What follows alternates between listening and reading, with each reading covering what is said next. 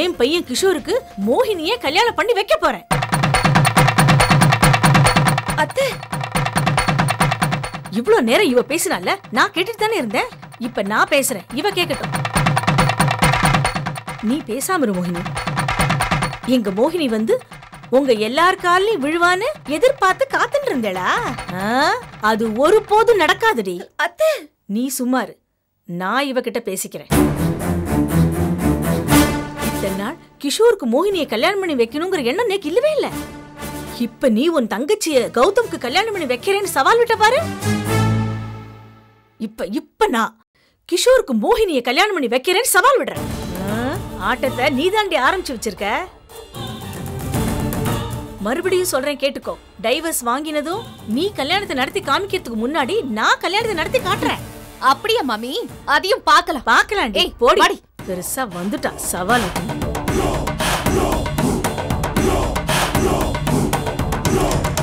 அக்கா, எதுக்குக்கா இப்படி சவால் விட்டு பேசுற? ஒருவேளை நமக்கு முன்னாடி அவங்க கல்யாணத்தை நடத்திட்டா நமக்கு அசிங்கம் தானே? கிஷோர் மோகினி கல்யாணம் முன்னாடி நடக்கணும் தான் நான் மாமியை உசுப்பேத்தி விட்டேன். அக்கா, கௌதம் மோகினியை வெறித்தனமா காதலிச்சவன். அவ கல்யாணம் நடந்தாதான் கௌதம் உன்னை கல்யாணம் பண்ணிக்க சம்மதிப்பான். இல்லைன்னா குழம்பிக்கிட்டே தான் இருப்பான். உன்னை கல்யாணம் பண்ண மாட்டான். புரியுதா? அக்கா, நான் உன்னை என்னமோ நினைச்சேன். நீ என்னையும் மிஞ்சிட்டக்கா. இன்னொன்னு சொல்றேன் கேளு. இவ்வளவு நடந்துச்சே, இனிமேலும் மோகினி கௌதம் கிட்ட நீ கீதாவை கல்யாணம் பண்ணிக்க போறியான்னு வாய் திறந்து கேட்பாளா? நிச்சயமா கேட்க மாட்டா. அவ போன் பண்ண கூட இவன் எடுக்க மாட்டான். அப்புறம் நமக்கு என்ன கவலை? வா போலாம். சாரி மோகினி, தப்பா நினைச்சுக்காத. உன் பர்மிஷன் இல்லாம நான் கிஷோருக்கு மோகினியை கல்யாணம் பண்ணி வைக்கிறேன் அப்படி இப்படின்னு பேசிட்டேன். அவ ரொம்ப பேசினாலும் அதான் நானும் கோவப்பட்டு பேசிட்டேன். நான் உன்னை கிஷோருக்கு கல்யாணம் பண்ணி வைக்கிறேன்னு பேசினதுக்கு இன்னொரு காரணமும் இருக்கு. நான் இப்படி பேசினா அது எப்படி நீங்க மோகினிக்கு கிஷோரை கல்யாணம் பண்ணி வைக்கலான்னு சண்டை போடுவான்னு எதிர்பார்த்தேன். ஆனா அவளுக்கு உன்னை கௌதமோட சேர்த்து வைக்கணுங்கிற எண்ணம் துளி கூட இல்லைன்னு தெரிஞ்சுடுத்து. அத்தை, கௌதம்க்கு எம்எல்ஏ இருக்கிற கோவத்தை பயன்படுத்தி அக்கா தங்கச்சிங்க 2 பேருமே அவர் மனசை மாத்திட்டாங்க. அத்தை, கௌதமோட இந்த மாற்றத்துக்கு பின்னால இவங்களோட பிளான் இருக்கு. இனிமே இதை பத்தி பேசி பிரயோஜனம் இல்ல. அத்தை, இனிமே இந்த பேச்சை எடுக்க வேண்டாம். விட்டுருங்க, வாங்க போலாம்.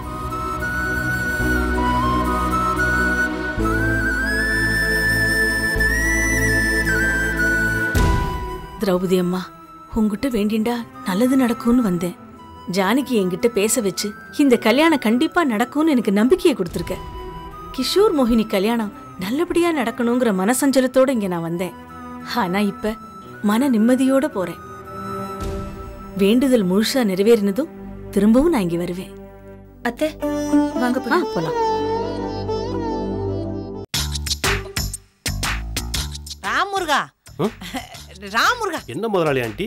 கண்ணம்மா காலையில ஏந்திரிச்சு குளிச்சுட்டு ஒயிட்டா பவுடரை போட்டு பளிச்சுன்னு பொட்டை வச்சுக்கிட்டு அப்படியே மங்களகரமா பழைய காலத்து ஹீரோயின் மாதிரி இருக்காடா. அட கடவுளே, அதுக்கேண்டா இப்படி சலிச்சுக்கிற? நீங்களே கண்ணம்மாவை இப்படி வர்ணிச்சிக்கின்னா எப்படி முதலாளி ஆண்டி? அப்புறம் எப்படி முதலாளிய காப்பாத்துவீங்க? முதலாளிய காப்பாத்தணுமா? யார்கிட்ட இருந்து? கண்ணம்மா கிட்ட இருந்துதான். கண்ணம்மா இங்க வந்தப்போ என்ன சொன்னுச்சு? மீச வைக்காத ஒருத்தன் தான் எனக்கு மாப்பிள்ளையா வருவான்னு சொன்னுச்சுல்ல. நானும் முதலாளிக்கு மீச வளர்க்க சொல்லுங்கன்னு சொன்னேன். அதை சொன்னீங்களா? நீ ஏதோ விளையாட்டுக்கு சொல்லிட்டு போறேன்னு நினைச்சேன்டா முருகா. இது விளையாட்டு இல்ல, சீரியஸ் மேட்ரு. ஏன்டா இப்படி பயமுறுத்துற? சைல் விஷயத்துலயும் இப்படிதான் பயமுறுத்திக்கிட்டே இருந்த. உஷாரா இருக்கணும் முதலாளி ஆண்டி, உஷாரா இருக்கணும். முதலாளி தங்கச்சி, முதலாளி தங்கச்சி, முதலாளி தங்கச்சி, முதலாளி தங்கச்சி. நிறுத்து. சும்மா இந்த அக்கா தங்கச்சின்னு கூப்பிடுற வேலை வச்சுக்காது. நீயும் முதலாளி ஆண்டி. வேண்டாம் வேண்டாம், முதலாளி மேடம்னு கூப்பிடு. மேடம், டிபன் ரெடி ஆயிடுச்சு மேடம். நீங்க சாப்பிட வாங்க மேடம். சூடு ஆறி போயிடும் மேடம். நான் மேடம் போடுறேன். ஒரு மேடம் சொன்னாலே என் காதுல விழும். Okay madam. ராம தம்பி, போனா போகுது, நீ வந்து துணு. எனக்கு நிறைய வேலை இருக்குது, சீக்கிரம் வாங்க. பாத்தீங்களா முதலாளி ஆண்டி, இப்பதான் முதல்ல கண்ணம்மா சமைக்குது. நான் போனா போகுதுன்னு வந்து துண்ணணுமா, சாப்பிடணுமா? முருகா, அதெல்லாம் மனசுல வச்சுக்காதடா முருகா. நம்ம வீடு தானே, வா உள்ள சாப்பிடு. எல்லாம் நீங்க கொடுக்குற இடம் தான். நீங்க போங்க, நான் வர்றேன். வந்துரு. போங்க, வர்றேன். போகலன்னா முதலாளி ஆண்டி கோவமா இருக்குன்னு நினைப்பாங்க. சரி போவோம்.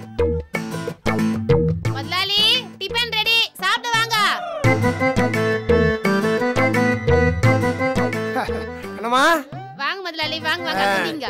டிஃபன் ரெடியா? டிஃபன் வாசனை அப்படியே ஆளையே கும்முன்னு தூக்குது. எடுத்து வை. கண்ணம்மா சமையல்லாம் சும்மாவா? கண்ணம்மா சமையல் சும்மாதான். வயசு குட்டி சமையல் முன்னாடி யாரோட சமையல் நிக்க முடியாதுல்ல. முதலாளி ஏதாவது ஒரு பக்கம் பேசுங்க. மேடம் நீங்க நின்னு நிக்கிறீங்க, குந்துங்க டிஃபன் தொண்ணுங்க. இந்த பாருங்க மேடம், இத்தனை நாளா நீங்க நின்னு முதலாளிக்கு பரிமாறு, அப்பால அவர் தூண்டு கை கழுவி உங்க முந்தானில தொடச்சதெல்லாம் போதும். இனிமே நான் பரிமாறுறேன். முதலாளி கையை கழுவிட்டு வந்து ஏன் முந்தானில தொடக்கன்னு சொல்றியா கண்ணம்மா? ராமுருகா, நீ ஏன் அவளுக்கு எடுத்து கொடுத்து நாரதர் வேலையை ஆரம்பிச்சிட்டியா? மேடம் நீங்க நின்னு நிக்கிறீங்க, குந்துங்க குந்துன்னு சாப்பிடுங்க. ராம் தம்பி நீ வந்து குந்துன்னு சாப்பிடுவா. இல்ல நான் வீட்லயே சாப்பிட்டு வந்துட்டேன் கண்ணம்மா. சரி அதான் வைக்கிறேன் முதலாளி. மேடம் இருங்க இருங்க, நானே பரிமாறுறேன். இருங்க இருங்க, அதுக்குதான் நாக்குறேன், நான் பாத்துக்கிறேன். துன்றது மட்டும் தான் உங்க வேலை, சரியா? நீ பேச்ச குறை. கரெக்ட் தான். அத்த என்ன பண்ண சொல்றீங்க சொல்லுங்க. அது நான் பிறக்கும் போதே கூட வந்துச்சு, என்ன பண்ண சொல்றீங்க? பிறக்கும் போதே ஆமா எங்க அம்மா சொல்லுவாங்க.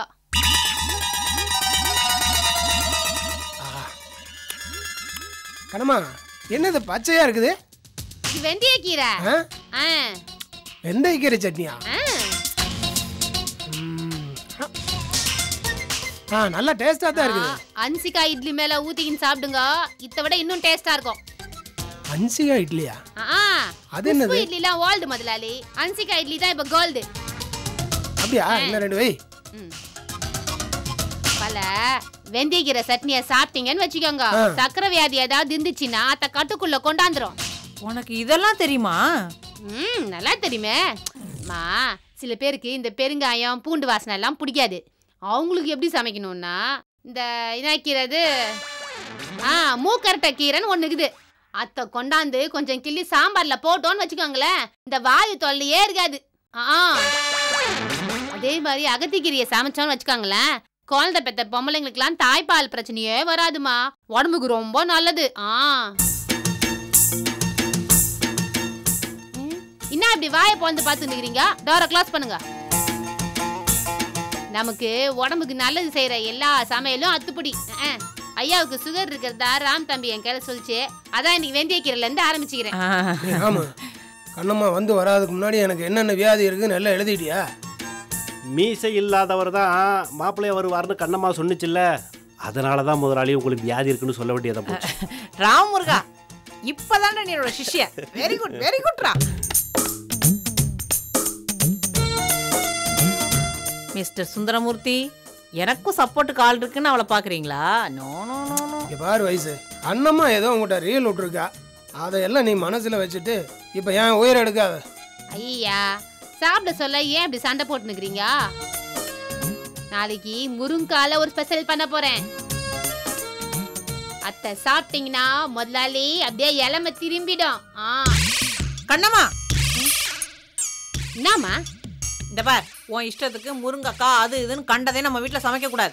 நான் சொல்றதை மட்டும்தான் நம்ம வீட்டுல சமைக்கணும். சதாமா.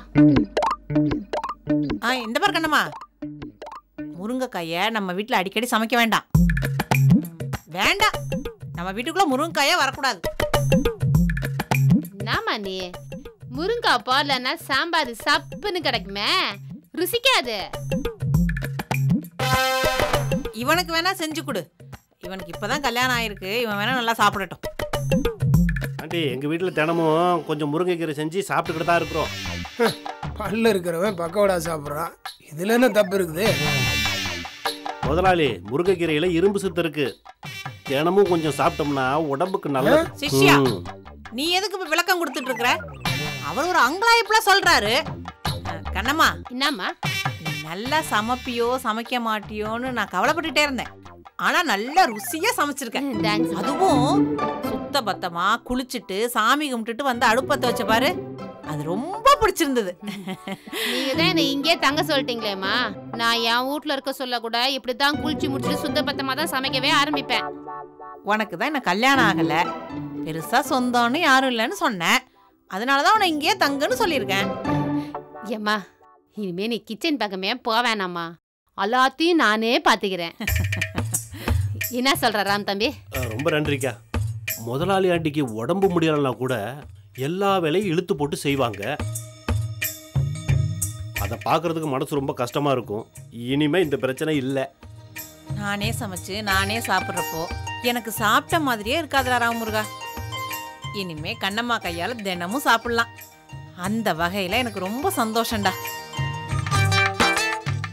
கண்ணம்மா சமையல் பிரமாதமாக பண்ணியிருக்க. அதே மாதிரி வீட்டையும் சுத்தமாக அழகாக வச்சிருக்க.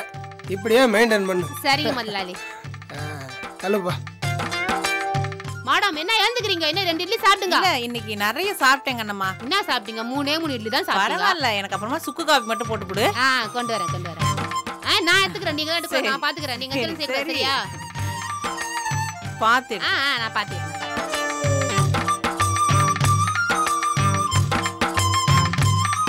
முதலாளி ஆண்டி, முதலாளி கண்ணம்மாவை பாராட்டி தள்ளிட்டு போறாரு. அவரை உடனே மீச வளர்க்க சொல்லுங்க. என்ன முதலாளி ஆண்டி யோசிக்கிறீங்க? ஒருவேளை முதலாளி மீச தாடி வச்சா பார்க்க சகிக்காது, முரட்டத்தனமா இருப்பாருன்னு நினைக்கிறீங்களா? ஆமா, இப்ப மட்டும் பெரிய ஹீரோ மாதிரி. என் வாய கலராத போ. முதலாளி எப்படி இருந்தாலும் அழகுதான் முதலாளி ஆண்டி. அழகுங்கிறது வெளி தோற்றம் இல்லையே, உள் மனசோட தோற்றம் ஆண்டி. அப்படி பார்த்தா முதலாளி மனசு தங்கம். எப்பவும் முதலாளி அழகுதான். கரெக்டா சொன்ன ராம் தம்பி. முதலாளி அழகுன்னா அழகு, கொல்ல அழகு. ஐயோ,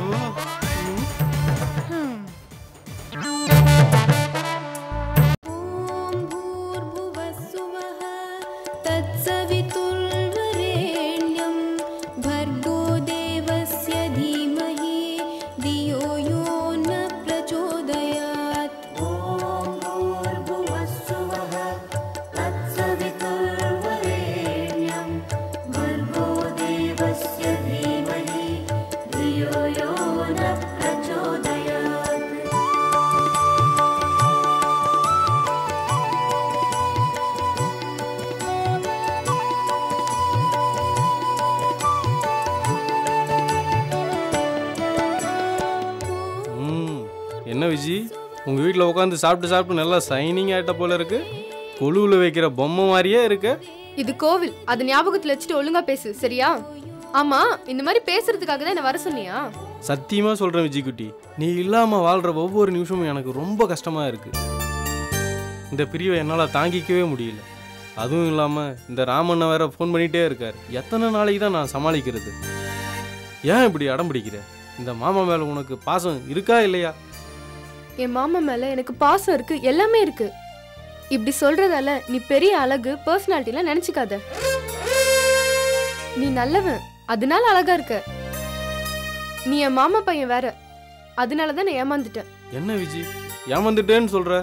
நம்ம குடும்ப விஷயம் ராமு மாமாக்கும் மத்தவங்களுக்கும் தெரியக்கூடாதுன்னு நான் பாக்குறேன். தயவு செஞ்சு நீ அவங்களுக்கு தெரிய வச்சிடாத. சீதா, இவங்க 2 பேருக்குள்ளதான் ஏதோ பிரச்சனை இருக்கு.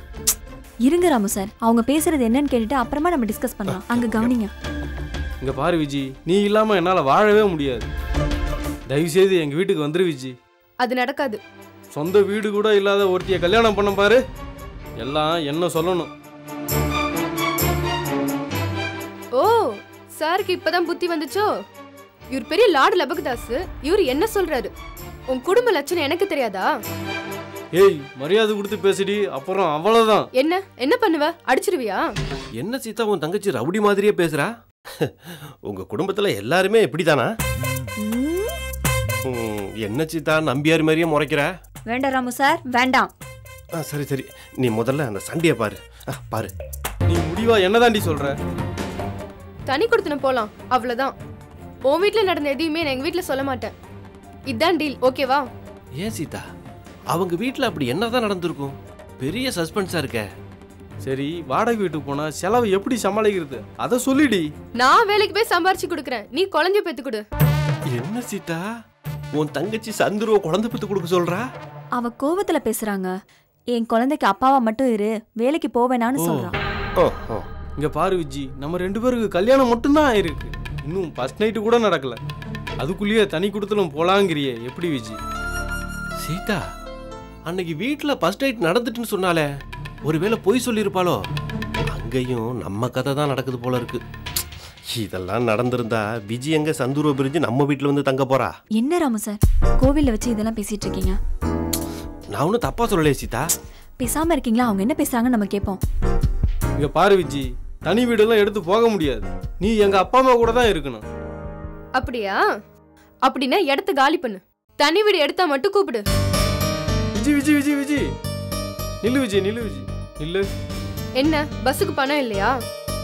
என்கிட்ட 100 ரூபாய் தான் இருக்கு, வேணா வச்சுக்கோ. ஏய் திமிரு பிடிச்சவளே, ஏன்டி இப்படி ரஃபா பேசிட்டு போற? கடைசி வரைக்கும் நீ இப்படியே தான் இருக்க போறியா? ஆமா, ராமு மாமா என்ன வச்சு காப்பாத்துவாரு. நீ ஒன்னும் கவலைப்பட தேவையில்ல. ஏய் என்ன சீதா அப்படி பாக்குற? நான் ஏதோ அவள்கிட்ட வாக்குறுதி எல்லாம் தரல. அவளா ஏதோ கோவத்துல சொல்லிட்டு போறா. எனக்கு இதெல்லாம் தெரியாது. விஜி இரு, எங்க அக்கா என்ன காப்பாத்துவா. போடா.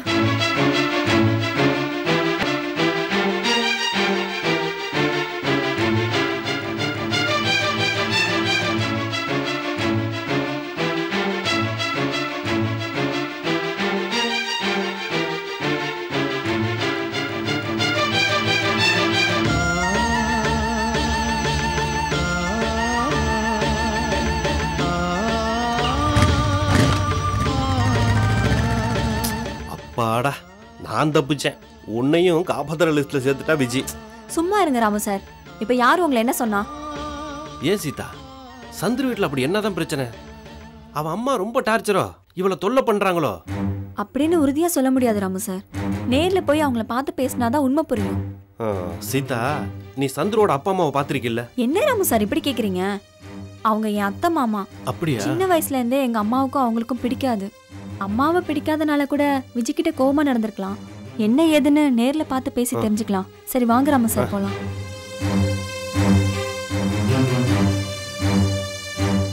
கௌதம் மோகினியும் சந்தோஷமா இல்ல, நானும் சீதாவும் இப்போதைக்கு சந்தோஷம் வேண்டாம் அப்படின்னு இருக்கோம். இப்ப இந்த சந்துரு விஜய் கூட சந்தோஷமா இல்ல போல இருக்க.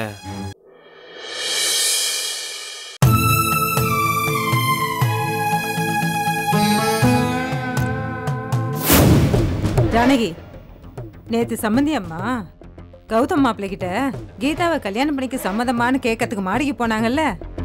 அவங்க பேசிட்டு இருந்தப்பதான் மாமா வந்துட்டாரேமா. அதான் ஜானகி சொல்ல வந்தேன். சம்மந்திக்கு பின்னாடியே உன் வீட்டுக்காரும் வந்துட்டாரு. அதனால கௌதம் தம்பிக்கிட்ட சம்மந்தி அம்மா என்ன பேசினாங்க, அவர் என்ன பதில் சொன்னாருன்னு தெரிஞ்சுக்கவே முடியல. உங்க அத்தை ஹால்ல தனியா தான் உட்கார்ந்துட்டு இருக்காங்க. வீட்ல எல்லாருமே இருக்காங்களேம்மா. 2 மாப்பிள்ளையும் மொட்டை மாடியில இருக்காங்க. சம்மந்தி வாக்கிங் போயிருக்காரு. விசா கல்யாணம் ஆகி வேற வீட்டுக்கு போறமேங்கிற பயத்துல சாமி ரூம்ல உட்காந்துருக்கா. சம்மந்தி அம்மா தனியா தான் உட்காந்துருக்காங்க. போய் நேத்து என்ன நடந்துச்சுன்னு கேளு. சரிம்மா.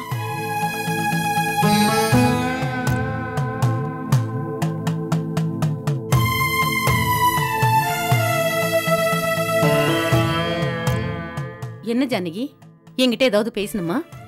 ஆமா அத்தை, உங்ககிட்ட ஒரு முக்கியமான விஷயம் பேசணும். உட்காரு உட்காரு ஜானகி. என்ன விஷயம் சொல்லு. அதான் அத்தை, நேத்து கீதா விஷயம் பத்தி கௌதம் கிட்ட பேச போனீங்கல்ல, கௌதம் என்ன சொன்னா? கீதாவை கல்யாணம் பண்ணிக்கிறேன்னு சொல்லி சம்மதம் சொல்லிட்டானா? நைட்டே இதை பத்தி உங்ககிட்ட பேசலாம்னு நினைச்சேன். அதுக்குள்ள உங்க பெரிய புள்ள வந்துட்டாரு. அதான் ஒன்னும் பேச முடியல. என்னத்த உங்க முகமே சரியில்லை. கௌதம் என்னதான் சொன்னா? கல்யாணத்தை பத்தி பேசாதீங்க, எனக்கு கல்யாணமே வேணான்னு சொல்றேன். ஏத்த ஒருவேளை கீதாவை கல்யாணம் பண்ணிக்கிறதுக்கு பிடிக்கலையா? அப்படி ஏதாவது கௌதம் உங்ககிட்ட சொன்னானா? கீதாவை பிடிக்கலன்னு யாராவது சொல்லுவாங்களா? அவளுக்கு என்ன குறைச்சல்? முதல்ல விசா கல்யாணம் முடியட்டும், அதுக்கப்புறம் இதை பத்தி பேசலாம்னு சொல்லிட்டான். அவனுக்கு கல்யாணம் பண்ணிக்கிறதுல விருப்பம் இல்லைன்னு தோணுது ஜானகி. என்னத்த இப்படி சொல்றீங்க? கௌதம் எப்படியாவது கல்யாணத்துக்கு சம்மதிக்க வைங்கத. இல்ல அந்த மோகினி வந்து திரும்பவும் இந்த வீட்டுல ஒட்டிக்கிட்டா நம்ம எல்லாருக்குமே நிம்மதி போயிடும். மோகினி நான் மறுபடியும் எப்படி வீட்டுக்குள்ள வர வைப்பேன் ஜானகி? போய் பேசுறவ, பித்தலாட்டம் பண்றவ மறுபடியும் இந்த வீட்டுக்குள்ள எப்படி வர வைக்க முடியும்? என் தங்கச்சியும் தான் போய் பேசுற, பித்தலாட்டம் பண்றா. கீதா லட்சணம் மட்டும் அத்தைக்கு தெரிஞ்சது மோகினியோட நிலைமைதான் கீதாக்கும். நீ ஏன் எவ்வளவு யோசிக்கிற ஜானகி? மோகினி தான் கிஷோரை கல்யாணம் பண்ணிக்கிறேன்னு சொல்றாள்ல. கௌதம் மட்டும் என்ன இழிச்ச வாய்னா? அவனுக்கு நாம கல்யாணம் பண்ணி வைப்போம். கௌதம் சொல்றதும் சரிதான். முதல்ல விசா கல்யாணம் நல்லபடியா முடியட்டும், அதுக்கப்புறம் இதை பத்தி பேசலாம்.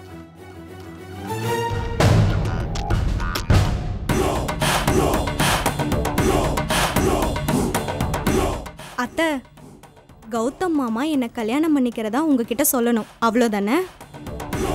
ஒரு பொண்ணு மனசு வச்சா எதையும் சாதிக்க முடியும். எப்படி சாதிச்சு காட்டுறேன்னு பாருங்க.